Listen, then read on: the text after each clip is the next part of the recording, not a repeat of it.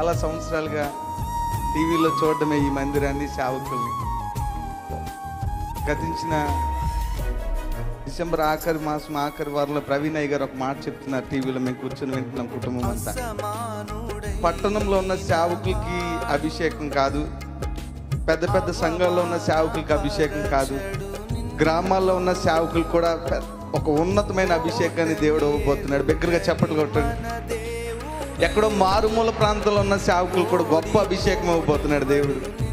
ఆ మాటలు వినయ్యా, నిజమేనాయన, అట్లాంటి అభిషేకం మాకు కూడా అనుగ్రహించండి అని మేము ప్రార్థనలో విజ్ఞాపన చేస్తున్నప్పుడు ఈ మహిమగల పరిచయలో వాడబడడానికి దేవుడు నడిపిస్తున్న ఆ మంచి మాట చెవులు వినగానే సంఘం అంతా కలిసి ప్రార్థన చేసి, నిజమే, దేవుడు సేవకుల ద్వారా మాట్లాడిన మాట ఎక్కడో గొప్ప గొప్ప సేవకుల దగ్గర ఉన్నటువంటి అభిషేకమే ఎక్కడో మారుమూల ప్రాంతంలో